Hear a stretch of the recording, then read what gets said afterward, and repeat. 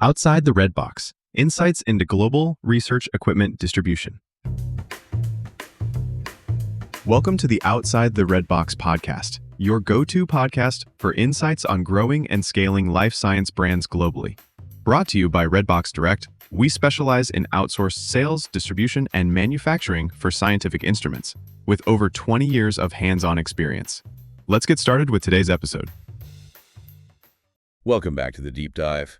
Today, we are going pretty deep into a very specific corner of the B2B world. Very specific. We're talking about selling highly sophisticated scientific instruments. So think, gene sequencers, advanced spectrometers, that kind of thing. High-throughput screening robots. Yeah, the really high-tech stuff. And selling them directly into academic research.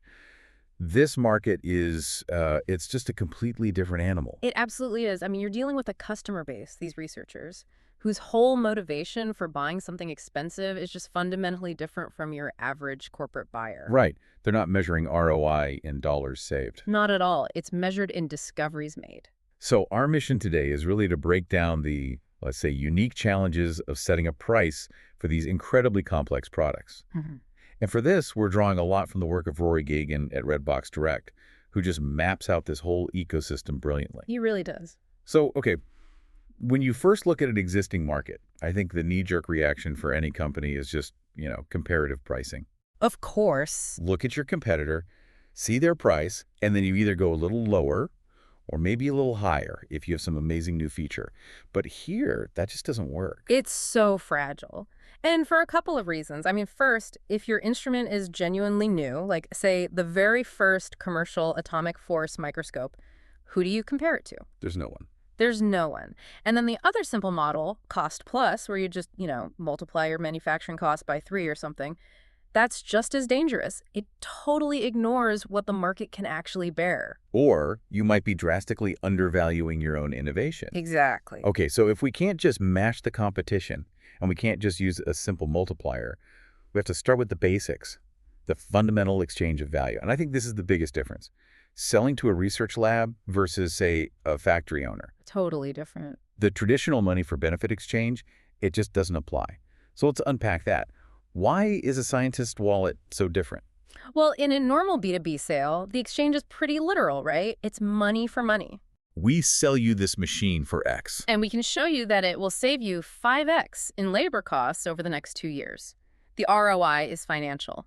It's quantifiable. That's the language of business. But the academic researcher is speaking a completely different dialect. Yeah. Their currency, the thing that they value above everything else, is not money. Yeah. It's the ability to generate specific, high-quality scientific results. That is the absolute core of this market. A great result that translates directly into prestige. Which means publications. Which means grants, which means status, which means job security. It's a whole different ecosystem. Their focus is completely, at least at first, non-monetary. So the lab manager might care about the dollars and cents. Of course. Yeah. But the principal investigator, the PI, the person actually making the call, they are motivated by the potential for discovery. This creates what the source material calls the apples for oranges problem. The company wants money. Right. They're trying to cover their costs and make a profit. But the researcher wants this sort of non-monetary thing. Better results. How do you even begin to bridge that gap? You have to start marketing the impact factor. It's not enough to say your machine is faster. You have to prove the data it produces is better. Cleaner, more precise. Or entirely new, data that no one else can get. Because that's what translates into a publication in a top-tier journal, and that is the ultimate measure of success in their world. So a $100,000 machine that enables a Nobel-worthy paper is actually cheap. An absolute bargain. But if that same machine only gives you mediocre data, then even $10,000 is too expensive. That brings up an interesting question. Is there something a little, uncomfortable about pricing a scientific tool based on the buyer's ambition, on their need for status? I mean, it's just the reality of the market. It's all driven by scarcity. Grant money is finite. The race for discovery is intense. So the real value, the premium, is on that competitive edge your machine gives them. So the price has to reflect that. It has to. If you remember one thing from this deep dive, it's that in this market, the price has to justify the potential for high-impact results. That is the value exchange, period. Okay. So now that we get the basic principal money for results, we can start to actually build the price. And that means finding the floor and the ceiling. Exactly. Let's start with the floor, the absolute minimum you can sell for. And the first factor here is the competitive landscape, which I find this a little counterintuitive, but having competitors is actually a good thing. It's a huge benefit because competition proves two things right away. One, that a market actually exists for this kind of thing. So you're not just shouting into the void. Right. And two, it gives the customer a psychological price anchor. They already know that their grant money can cover at least what the other guy is charging. And that forces you, the seller, to figure out where you stand. Precisely. And you usually fall into one of two buckets. Okay. Either you're a Me Too product, basically the same as what's out there, no major new features, in which case your only real sales pitch is a lower price. Which is a tough place to be. You're sacrificing margin, and you might even look, lower quality. It's a race to the bottom. But the other option is you do have better features or better service, and that obviously justifies a higher price. Right. And the source material says that pitching a higher price can actually be a sales advantage. Why is that? Because it forces the conversation up a level. It moves it from cost to value.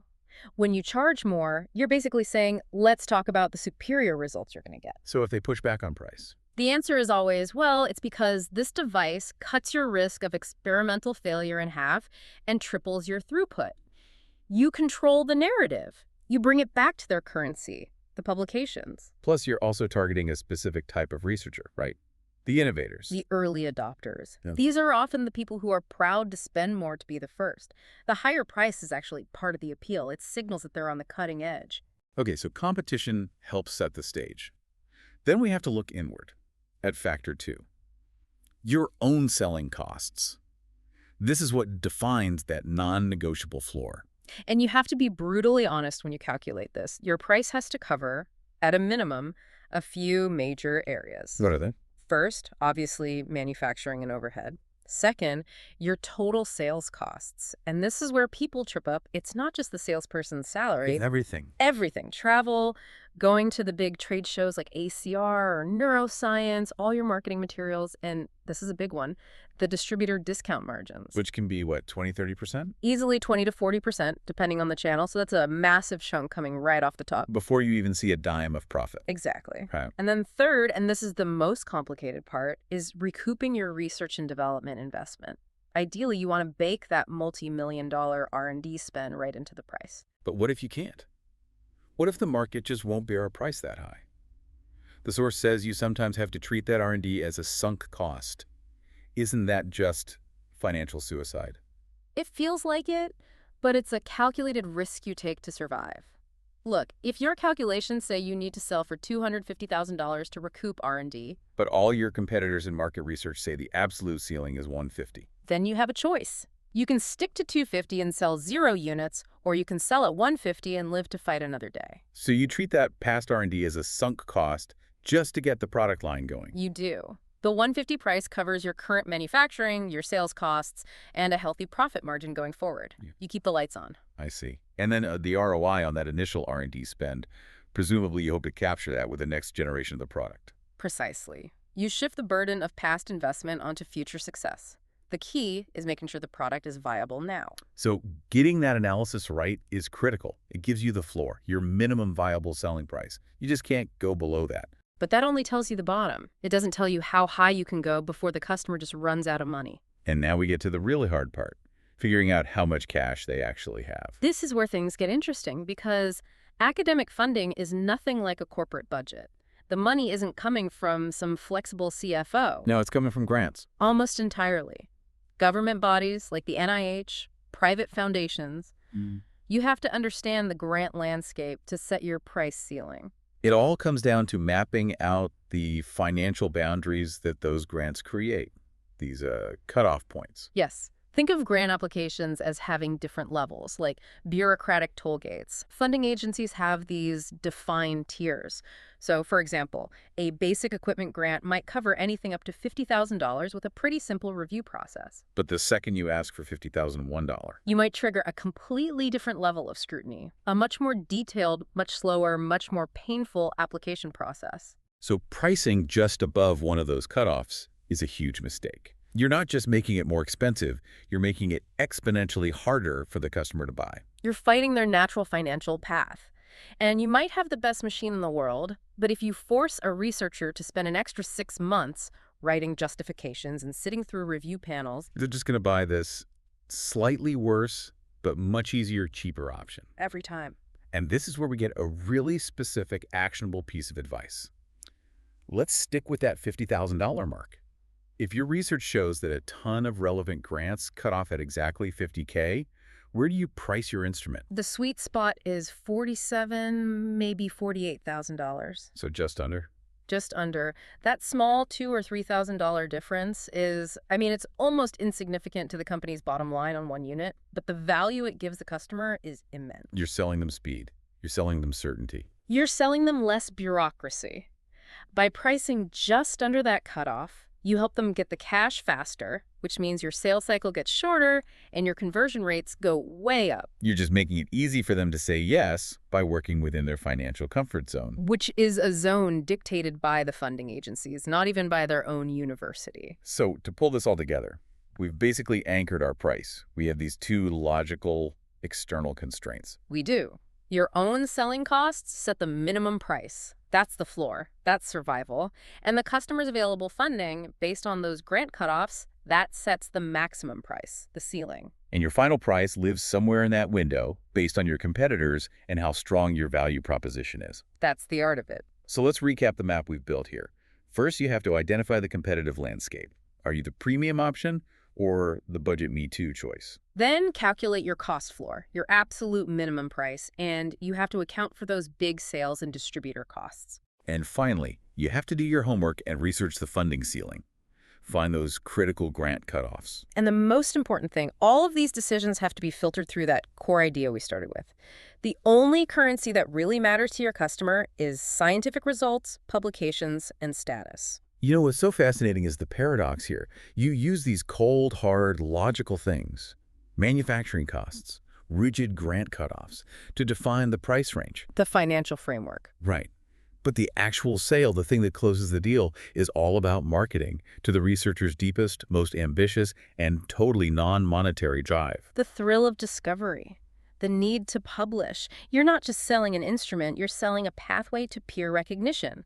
And that pathway has a market price. Which brings us to our final provocative thought for you to think about. If the price of a scientific tool is so deeply linked to the status and publication potential it provides, To the results it enables. how do innovators decide the price for a truly disruptive technology? Something that has no comparison at all. Yeah, if a new technology promises results that people thought were impossible, and therefore offers almost limitless status, how high can that ceiling actually go? How do you price the future of science? Something to ponder. Thank you for joining us for this deep dive into pricing products for scientific results. We'll catch you next time.